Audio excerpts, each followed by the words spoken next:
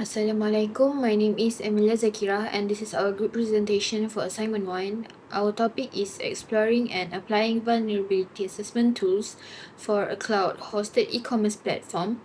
Presenting with me today are DEMI and Eva CAMELLIA. Now, let me begin with the introduction. In today's digital era, cloud-hosted e-commerce platforms store large amounts of sensitive customer data, including personal information, login credentials, and payment details. This makes them prime targets for cyber attacks.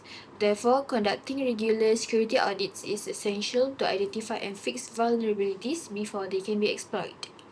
In this assignment, our group simulates an internal security audit team that has been tasked with recommending and demonstrating a vulnerability assessment toolbox for a cloud-hosted e-commerce platform. The three tools we selected are ANMAP, NICTO, and Linus. For our practical simulation, we use a real open-source e-commerce web application from GitHub called Plain PHP e-commerce. We choose not to scan a live third-party site, as doing so without written authorization is illegal under Malaysia's Computer Crimes Act. Moving on to our selected environment, which is a cloud-hosted e-commerce platform built on Amazon Web Services or AWS. As shown on the slide, for our practical simulation, we use the plain PHP e-commerce application from GitHub. This is a real open-source PHP and MySQL web application, the same technology stack found in real-world e-commerce platforms, making it a suitable and realistic audit target. We selected this environment because it handles sensitive customer PII and payment data. It is publicly accessible with high exposure to attackers, and it processes financial transactions around the clock. It is also subject to Next is security audit needs. A cloud-hosted e-commerce platform faces threats across three layers: the network, the web application, and the host server. Each layer requires a different auditing tools. For example, here we have network security, web application security, host and system configuration. So for network security, tool used was Nmap. This is to find port scanning, open services discovery, and firewall gaps. Next, we have web application security. For this one, tool used was NICTO. This is to detect web vulnerabilities, misconfiguration, and outdated components. For the last one was host and system configuration. Here we use Linus as tools, and this is to find OS hardening, compliance checking, and service security. For our toolbox, we selected three tools that together cover all layers of the e-commerce platform. Nmap covers the network layer, NICTO covers the web application layer, and Linus covers the host operating system layer. Together, they provide comprehensive coverage that no single tool alone can achieve. Nmap, developed by Gordon Leon, is used to scan networks for open ports, services, and vulnerabilities. In our audit, it confirms only ports 80 and 443 are exposed and checks for risks like OpenMySQL 3306. It's free and flexible, but scans can be detected and it doesn't. Second tool, Sneak2 by Chris Sulo, is a web scanner that finds common vulnerabilities like missing security headers, exposed files, and outdated software. For our platform, it detects issues like missing CSP or HSTS. It is easy to use but can be detected and may produce false positives. For the last tools, Linus from CISO FY runs on the host to audit system security like SSH, permissions, and firewall settings. It provides a hardening index score to track improvements. However, it only supports Linux or Unix and requires direct access. This section shows how Nmap is used to monitor the network layer by identifying exposed services and potential misconfigurations. It focuses on detecting open ports and understanding the attack surface of the system. To deploy Nmap, we use a Linux environment such as Kali Linux with root access and an internet connections. The tool was installed using a package manager and prepared for scanning target system. Here's the slide shows the first phase of assessment process. We started by setting up the e-commerce application from GitHub and running it on port 8000. Then we launched the Nmap scan using options like SV for service version detections. This allows us to identify not just the service but also the version, which is important for finding known vulnerabilities. So this step focuses on preparing the target and starting the scanning process. This slide explains how we monitored the scan while it was running. Nmap provides real-time output showing detected ports and services. By observing this, we can immediately see which ports are open and what services are active. This is useful because it helps us quickly identify unusual or risky services without waiting for a full report. It also allows better understanding of how the system responds to scanning. Based on these slides, the port that opened is 8000 TCP and HTTP, but we don't know what services is that. After the scan is completed, the results are saved into a file. In this case, the output was saved as a text file for documentation purposes. Saving result is important because it allows us to analyze the data later and include it in our audit report.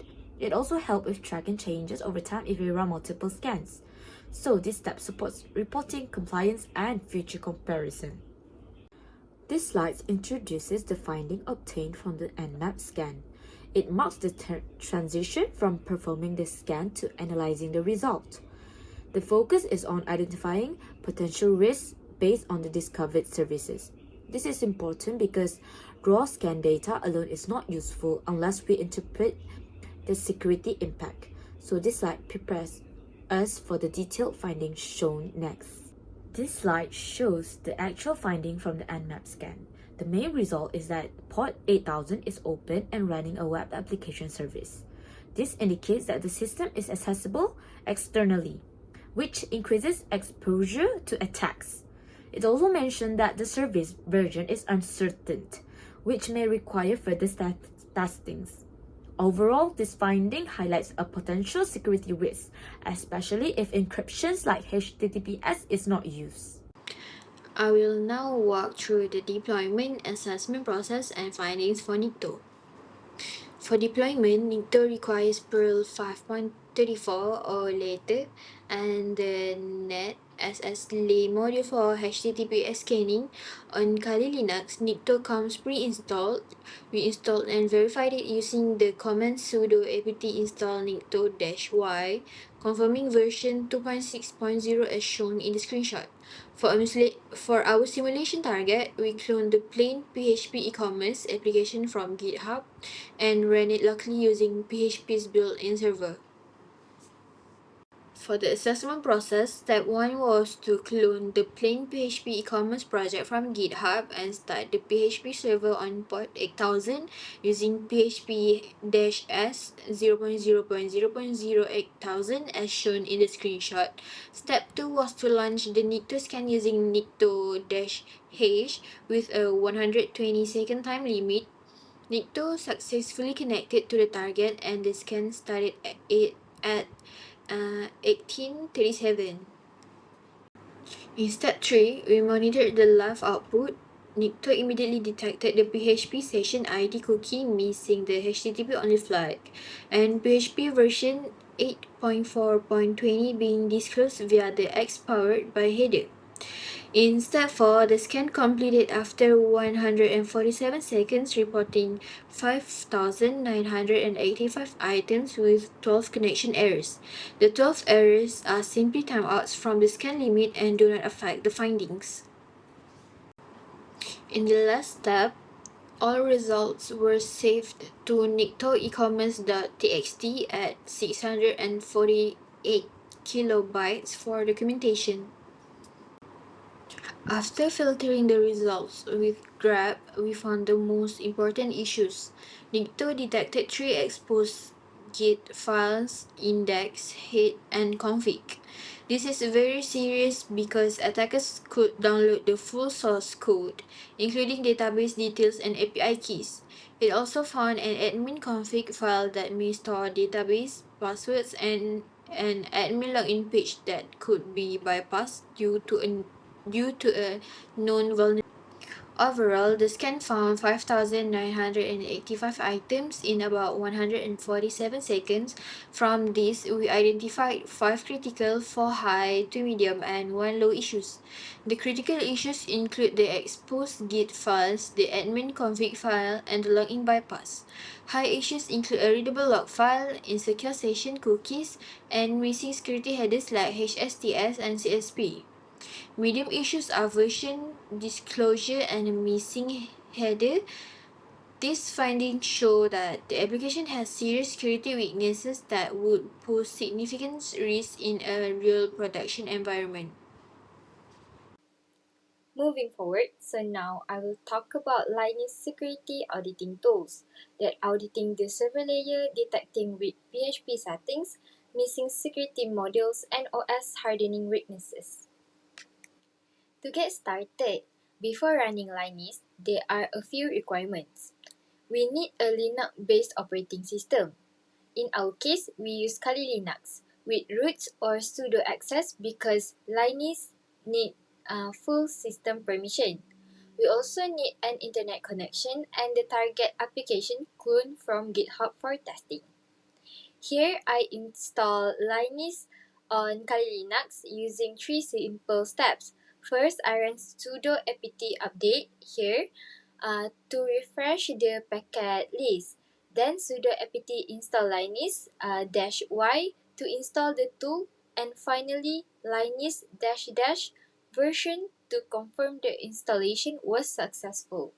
As you can see in the screenshot, Linus version 3.1.6 was installed and ready to use. Next, to run the audit, we navigate into the plain-php-ecommerce folder and execute the command sudo linus system. The sudo part is important as Linus requires root access to scan all protected system files. Without it, many critical checks would be skipped. Upon execution, Linus immediately detected the operating system as Kali Linux, loaded its default security profile, and began scanning automatically. This shows the screenshot that is confirmed the program version as 3.1.6, the kernel version, and the hostname is all within the first few seconds of running. As the scan progressed, Linus went through every security category one by one, from boot configuration and user authentication, all the way to PHP settings, Apache web server configuration, and kernel hardening parameters. Two findings stood out immediately. First, in the PHP section, Linus detected that the Allow URL fopen option was set to on. This is a high-risk finding because it allows PHP scripts to fetch file from any external URL, meaning that an attacker could exploit this to pull and execute a malicious remote script directly on the server hosting our e-commerce application. Secondly, in the web server section, Linus found that both mode security and mode invasive were not installed on Apache. Mode security is a web application firewall that filters malicious HTTP requests, while mode invasive protects against brute force and denial of service attacks. Without these two modules, the application login page and admin panel are completely unprotected. After completing all 271 security tests, Linus generated a full report saved to var log/linus.log and displayed the final summary. The server received a hardening index score of 64 out of 100, with 47 actionable suggestions identified. Looking at the software component section, you can see that while a firewall was detected, both intrusion software and malware scanner were marked with an X. This means that they are not installed. This is a significant gap for a server running a public-facing e-commerce application that handles files uploaded from users. Now, let me walk you through the key findings from the Linus scan. I have organized them into a table with a finding ID, category, description, and severity level. Starting off with the most critical one, PHP 2376.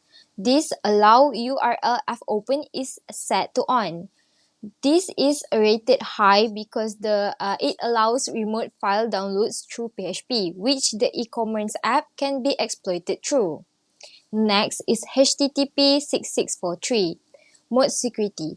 The web application firewall is not installed on Apache. This is also rated high because without it, SQL injection and XSS attacks on the app's login page and admin panel go completely unblocked. The rest of it, authentication, file integrity, logging, malware, and password policy was flagged medium and low. So after we scan, these are the suggestions that is provided. That is the total of 47 suggestions for us to improve the system. In this slide, I will be talking about the comparison between Nmap and Wireshark. So, in the aspect of primary function, Nmap primarily used as a network scanning and discovery tool that actively explore system open ports, running services and network hosts, while Wireshark is a packet analyst tool that captures and inspects network traffic in real time to provide deep visibility to communication between systems. Besides that, the purpose of Nmap is to identify the attack surface by revealing which services and ports are exposed and potentially vulnerable. Meanwhile, Wireshark is to analyze network behavior, detect anomalies, and find out suspicious or malicious traffic patterns. So, the ease of use of Nmap is moderate difficulty as it requires familiarity with command line options and scanning techniques. Meanwhile, Wireshark more complex as it requires understanding of network, protocol, and packet structures. So, the strength and weaknesses of Nmap is a fast network discovery, flexible scanning techniques, and is scriptable because it can be used NSC. And the weaknesses is detectable by IDS and limited package detail, and Nmap can be blocked. Meanwhile, the strength of Wireshark is a deep packet inspection and is a real-time monitoring and strong protocol analysis. While the weakness is it uses a large data overload and requires proper capture setups, and performance is heavy. So recommendations: use Nmap for network discovery and vulnerability identification, and Wireshark for detailed traffic analysis and troubleshooting. Using both tools together provide a complete and effective network security assessment. So, this slide is talking about the comparison between Nikto and Nessus. In a primary function aspect, Nikto is an open source web server scanning that checks for known vulnerabilities, outdated software, and insecure configurations. Meanwhile, Nessus is a comprehensive vulnerability scanner that assesses network, system, database, and application for a wide range of security issues. So the scope of coverage for Nikto is limited to web servers and web-related vulnerabilities, while Nessus is a broad coverage including operating system, network devices, cloud environments, and web applications. In aspect of depth of analysis, Nikto performs basic vulnerabilities checks using predefined database of known issues. Meanwhile, Nessus performs deep vulnerability analysis using continuously updated plugins and CVE databases. The strength and weaknesses for Nikto is an open source and free to use, fast scanning for common web server vulnerabilities and no licensing restrictions. While Nessus' strength is comprehensive vulnerability scanning across networks and systems, and is good at deep analysis using regular updated plugins and system and CVE database, and it supports compliance checks. While the weaknesses for NIC2 is limited strictly to web server and web application checks and produce many false positives, and it lacks deep vulnerability analysis, while NASIS is not fully free because it limited free version, more complex to configure for beginners, and scans takes longer compared to lightweight tools. So the recommendations is use NIC2 for basic web server scanning and quick checks, and use NASIS for full-scale vulnerability assessment and professional security audits. For best result, they can be used together as NIC2 for targeted web checks and NASIS for overall systems scanning. So the next comparison table is between Linux and Syscat. For the primary aspect and its primary function, which is Linux is a host-based security auditing tool designed to access system configurations and identify potential weaknesses in operating system. Meanwhile, Syscat is a compliant assessment tool designed to evaluate system against the Center for Internet Security (CIS) benchmarks. So the purpose of Linux is identify misconfigurations in secure settings and missing security controls in a system. Meanwhile, Syscat is ensure that systems comply with established security standards and best practice defined by CIS. So, the ease of use for Linux is relatively easy to run with clear output and recommendation, while Syscat is a moderate complexity due to the next to understand compliance framework and policies. So the strengths and weaknesses for Linux is the Linux is lightweight and fast and provide practical security recommendations, and it's good at identifying misconfigurations and weak system settings. Meanwhile, the weaknesses is it uses a command line base, so no UI, and require manual interpretations of some results, and its limited automations and integration features. Meanwhile, Syscat's strengths is based on trusted CIS benchmark and strong compliance-focused assessment, and it also provide detailed remediations guidance aligned with best practices. But the weaknesses for Syscat is less flexible because it strictly follows CIS benchmark and require understanding of compliance framework, and some features may require licensing or membership. So recommendation is use Linux for ongoing system auditing and security hardening, and use Syscat for compliance checks and meeting security standards. For best results, use them together as Linux is to improve system security and Syscat is to validate compliance with recognized benchmarks. So moving forward, here is the impact of vulnerabilities in Nmap network layer. At the network layer, we found that port 8000 is open and not protected by HTTPS. This means all data is transmitted in plain text, making it easy for attackers to intercept sensitive information like login credential. This affects confidentiality and availability, and it also violates Malaysia PDPA 2010 because user data is not properly protected. So next is impact of vulnerabilities in NICTO web application layer. For the web application layer, NICTO detected many vulnerabilities.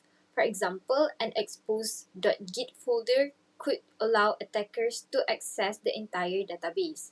There is also a risk of match card attacks where payment data is stolen. In worst case scenario, attackers can bypass admin login and take full control of the system. This violates PCI-DSS and PDPA compliance. Last but not least, impact of vulnerabilities of Linux host and server layer. At the server level, the Linux result shows that the system lacks strong defenses. With a hardening score of 64, many vulnerabilities remain exploitable. Without monitoring tools like AuditD, attacks may go undetected. Also, attackers could install a web shell and maintain access even after fixes are applied.